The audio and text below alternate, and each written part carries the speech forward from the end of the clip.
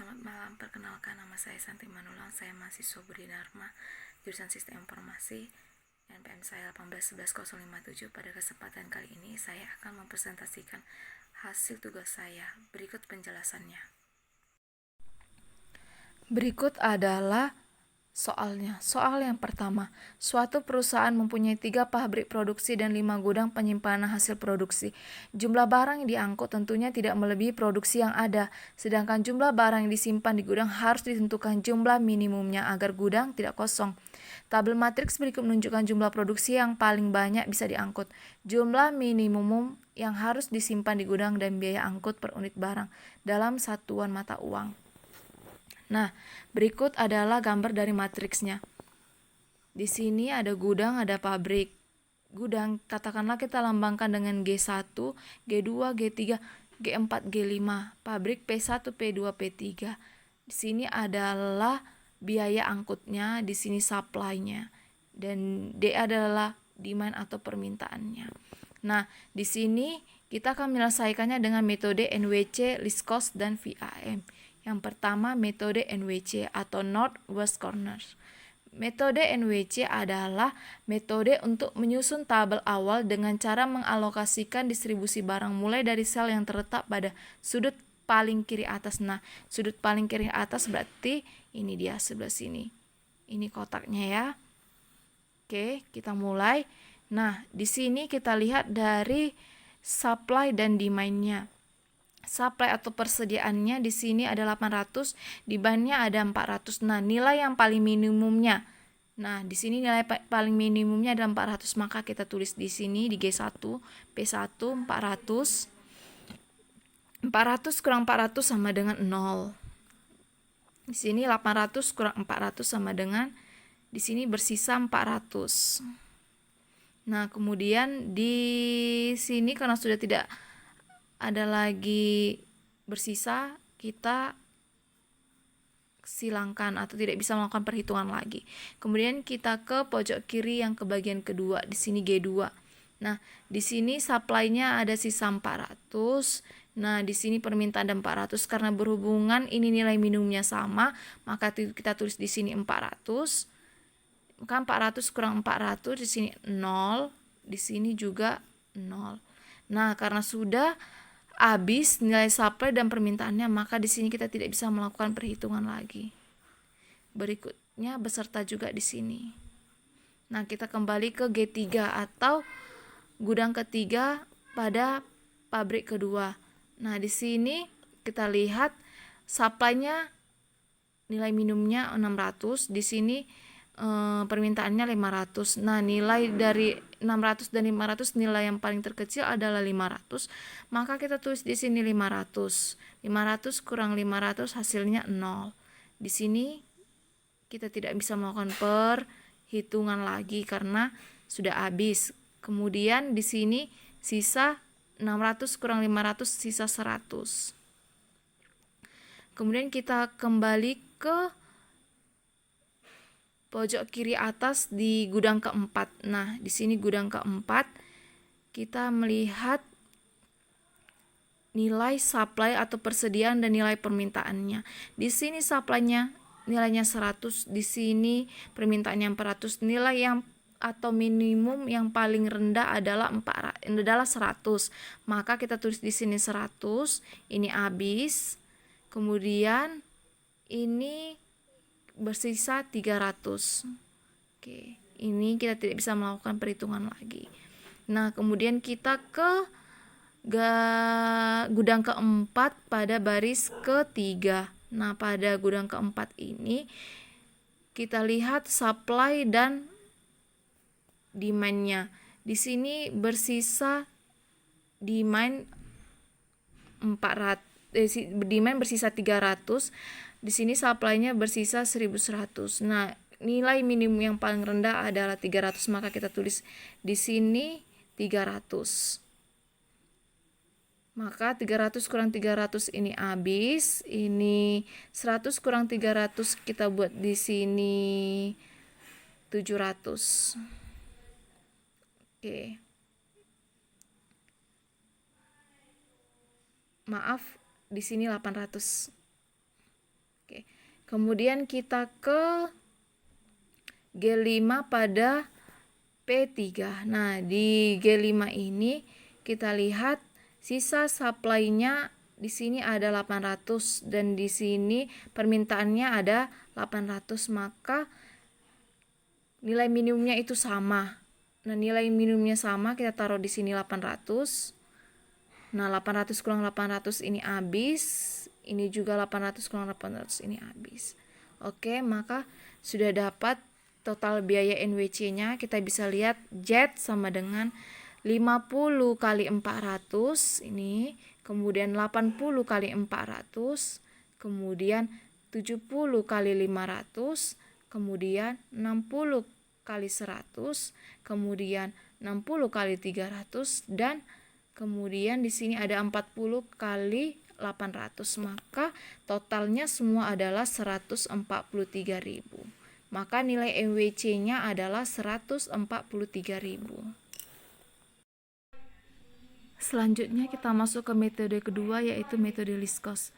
Metode least cost adalah metode yang dimana perhitungannya kita lihat dari distribusi biaya angkut yang paling rendah. Oke, kita lihat di sini pada baris pertama. Pada baris pertama kita lihat biaya angkut yang paling rendah ada 30. Maka kita lihat demand, permintaan dan supply, persediaannya, mana nilai yang paling rendah di sini, kebetulan sama, maka saya tulis di sini 800. Kalau 800 kurang 800 ini habis, begitu juga ini habis. Maka di sini tidak bisa melakukan perhitungan lagi. Oke, kita lanjut ke baris kedua. Nah, pada baris kedua kita lihat mana nilai biaya angkut paling rendah. Nah, di sini ada 40 nilai biaya angkut. Maka kita lihat di permintaan dan persediaan, mana nilai yang paling rendah. Di sini ada permintaan. Maka kita tulis di sini 400. 400 kurang 400 ini habis. Di sini 600 kurang 400, maka di sini 200. Dia bersisa 200. Oke. Kita lanjut lagi ke baris ketiga. Nah, di sini tadi kita sudah tidak bisa melakukan perhitungan lagi ya. Oke, nah pada baris ketiga kita lihat nilai yang paling minimum di sini ada 40. Oke, kita lihat dari supply dan demand-nya mana yang paling rendah. Nah, di sini ada demand yang paling rendah 400, kita tulis 400 ini habis, maka ini bersisa 700. Oke, ini bersisa 700, maka ini tidak bisa melakukan perhitungan lagi. Ini juga tidak bisa melakukan perhitungan lagi. Maaf, ini salah. Itu sudah tidak bisa melakukan perhitungan lagi. Kita lihat ke baris ketiga, mana lagi nilai yang paling rendah. Nah, di sini baris ketiga nilai yang paling rendah ada 60. 70 dan 60, di sini 60 yang paling di sini 60 yang paling rendah, maka kita buat di sini demand supply yang paling rendah di sini berapa? 500, maka tulis 500. 500 kurang 500 habis. 1700 kurang 500 sisa 200. Ini bersisa 200. Ini kita silangkan karena tidak bisa melakukan perhitungan lagi. Oke, kita ke baris kedua. Nah, baris kedua gudang keempat, kita lihat di sini, maaf sebelumnya ini kita sudah tidak bisa melakukan perhitungan lagi ya. Di sini nilai mana yang paling rendah. Nah, di sini ada nilai 60. Kemudian kita lihat demand dan supply-nya mana paling rendah. Di sini 200. Oke, kita tulis 200, maka ini bersisa 200. Kemudian kita lihat di pabrik ketiga di sini. Pada pabrik ketiga nilai yang paling rendah ada 60. Nah, kita lihat supply-nya dan demand-nya ada sisa, ada nilai minimumnya yaitu nilai 200, maka ini kita habiskan. Maka sudah habis perhitungannya, semua barang sudah dialokasikan, maka total biaya LC biaya LC-nya sama dengan Z 40 kali 400 tambah 40 kali 400 tambah 60 kali 500 tambah 60 kali 200 tambah 60 kali 200 tambah 30 kali 800, maka totalnya 110.000. Maka dari dua metode tadi kita dapat metode yang lebih baik digunakan adalah metode LC. Oke, terima kasih. Kita lanjut ke metode FAM. Metode selanjutnya adalah metode VAM. Metode ini lebih sederhana karena tidak memerlukan jalur tertutup. Dilakukan dengan mencari selisih biaya terkecil dengan biaya terkecil berikutnya. Untuk setiap kolom maupun baris, ini dilakukan secara berulang hingga semua produk sudah dialokasikan. Nah, berikut adalah tampilan dari matriks tabel dari metode VAM. Nah, di sini kita harus mencari selisih baris dan selisih kolom. Kita lihat dari biaya distribusi. Nah, kita bisa lihat ini dari baris pertama, biaya distribusi terkecil itu adalah 30, maka 50 kurang 30 adalah 20. Kemudian baris kedua di sini ada 50 kurang 40 sama dengan 10. Baris ketiga di sini ada 40 kurang 40 sama dengan 0. Kemudian kita cari selisih kolom.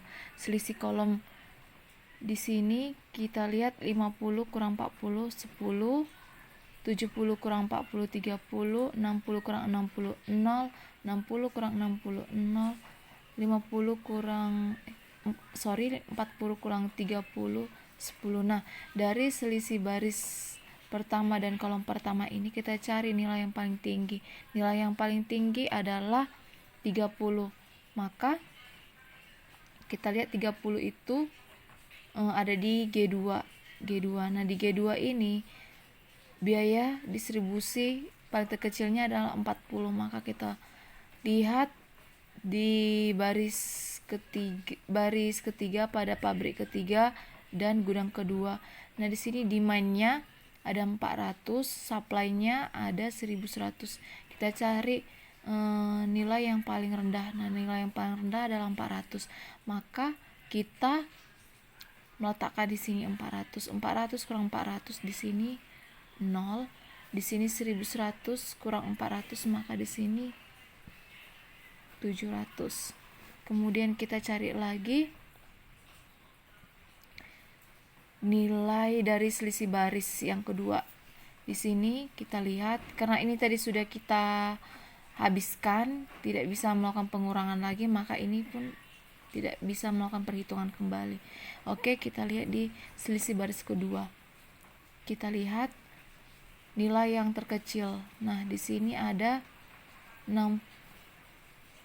kita lihat dari baris pertama dulu.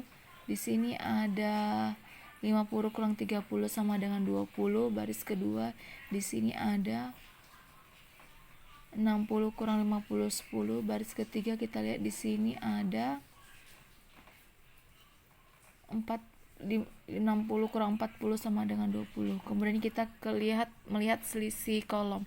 Nah, selisih kolom kita lihat pada baris pertama. Di sini 50 kurang 40 sama dengan 10. Kolom kedua tidak bisa melakukan pengurangan lagi. Kolom ketiga di sini ada 60 kurang 60 sama 0. Kolom keempat di sini ada 60 kurang 60 0. Di sini kolom kelima ada 40 kurang 30 sama dengan 10. Oke, kita lihat di sini adalah selisih baris dan selisih kolom. Nilai yang tertinggi adalah 20. Di sini sama-sama 20. Di sini sama-sama 20, tapi saya pakai yang di baris pertama. Oke, di sini kita lihat nilai dari biaya distribusi yang terkecil adalah 30. Maka kita lihat nilai demand dan nilai supply-nya. Di sini ada 800, sama-sama 800, maka kita tulis 800. Maka di sini 800 kurang 800 habis, 800 kurang 800 ini habis. Oke. Kita kembali ke perhitungan selisih baris lagi. Kita lihat selisih baris yang ketiga. Karena tadi ini sudah habis 800, maka ini kita tidak bisa melakukan pengurangan lagi. Berikutnya dengan ini juga kita tidak bisa melakukan perhitungan lagi. Oke, kita lihat dari baris ketiga. Baris ketiga ini sudah habis. Baris kedua Di sini ada 70 kurang 4. Di sini ada 40, 70, 70.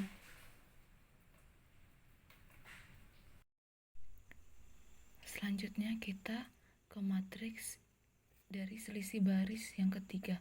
Nah, kita lihat sini pada baris yang pertama tidak bisa dilakukan lagi karena sudah selesai. Kita gariskan.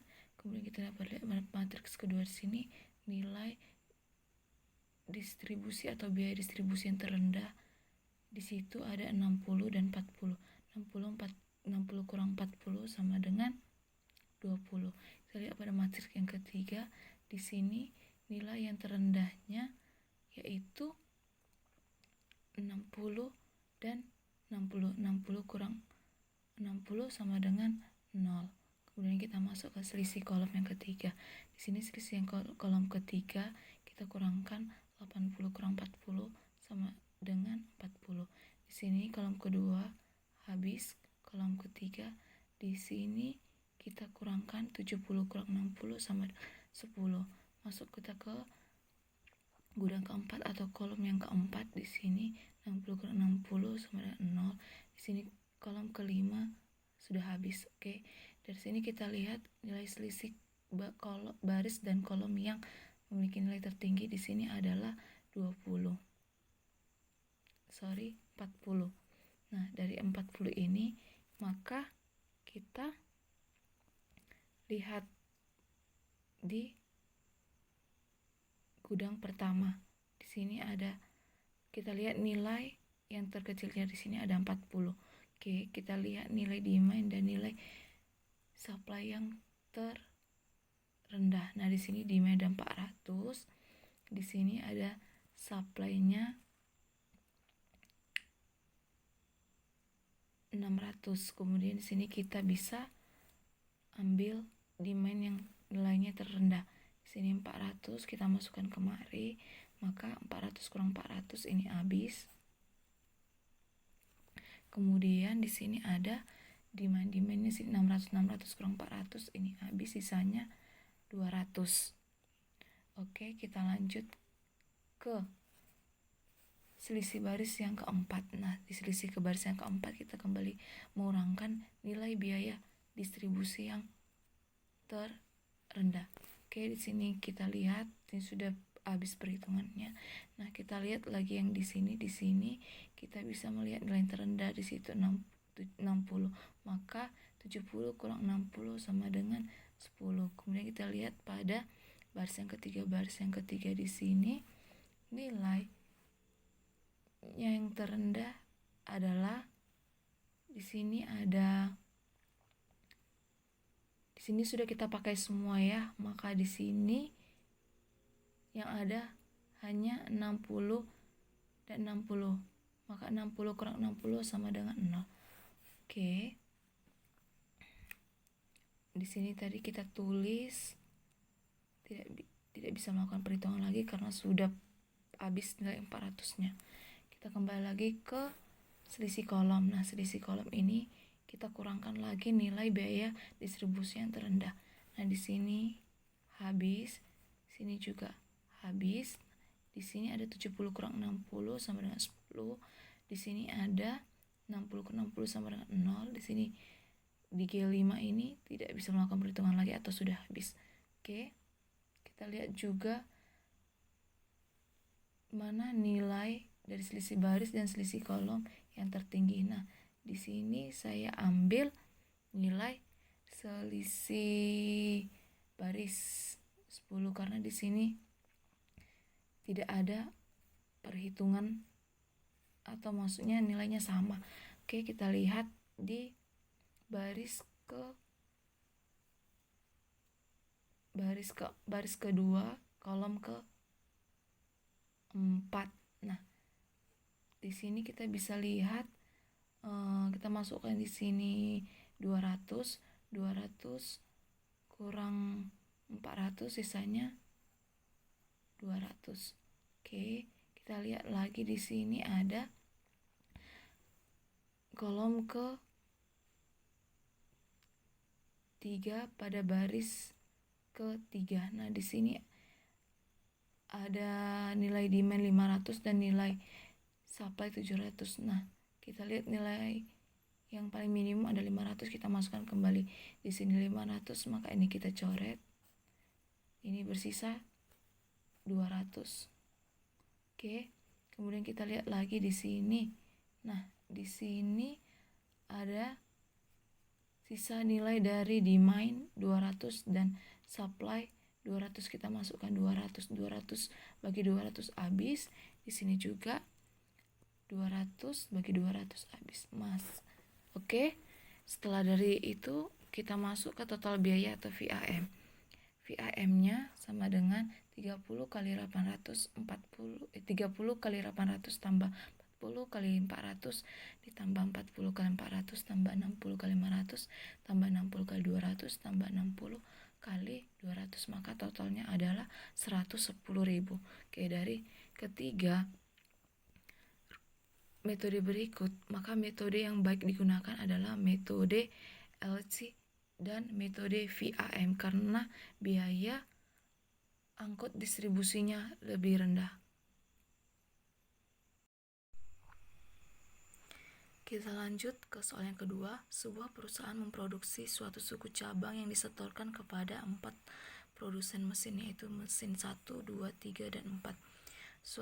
Suku cadang tersebut pada masing-masing cabang usaha perusahaan yang terbesar di 3 tempat, yaitu A, B, C. Karena perbedaan efisiensi pada masing-masing tempat, maka terjadi perbedaan biaya produksinya, yaitu biaya untuk produksi 1 unit suku cadang di A adalah 1,10 dan di B dan C adalah 1,03. Di samping itu kapasitas produksi per bulan pada masing-masing tempat juga berbeda, yaitu A 7.500 unit, B yaitu 1.000 unit, C yaitu 8.100. Permintaan suku cadang dari keempat produsen mesin itu adalah yang pertama 4.200, yang kedua 8.300 untuk unit yang ketiga, dan 6.500 unit yang keempat ada 7.200. Biaya untuk mengirim 1 unit suku cadang dari 3 cadang ke 4 produsen mesin itu adalah berikut. Adalah tampilan matriksnya. Berikut adalah gambaran dari matriksnya atau tabel dari matriks tersebut. Jadi pertanyaan adalah selesaikan dengan metode NWC, least cost, dan VAM. Nah, pertama kita bahas metode NWC. Metode NWC adalah metode yang alokasinya dimulai dari pojok kiri bagian atas. Nah, kita lihat dari tabel matriks tersebut, maka kita melakukan perhitungan 0,12 itu dikali dengan 4.250, 0,13 dikali 5.000, 0,14 dikali 3.300, 0,17 kali 5.000, 0,12 kali 1.200, 0,12 kali 6.300. Maka di sini nilai QS dan QD-nya tidak sama, maka kita butuhkan 400, maka 0 dikali 400, maka hasilnya 3.424.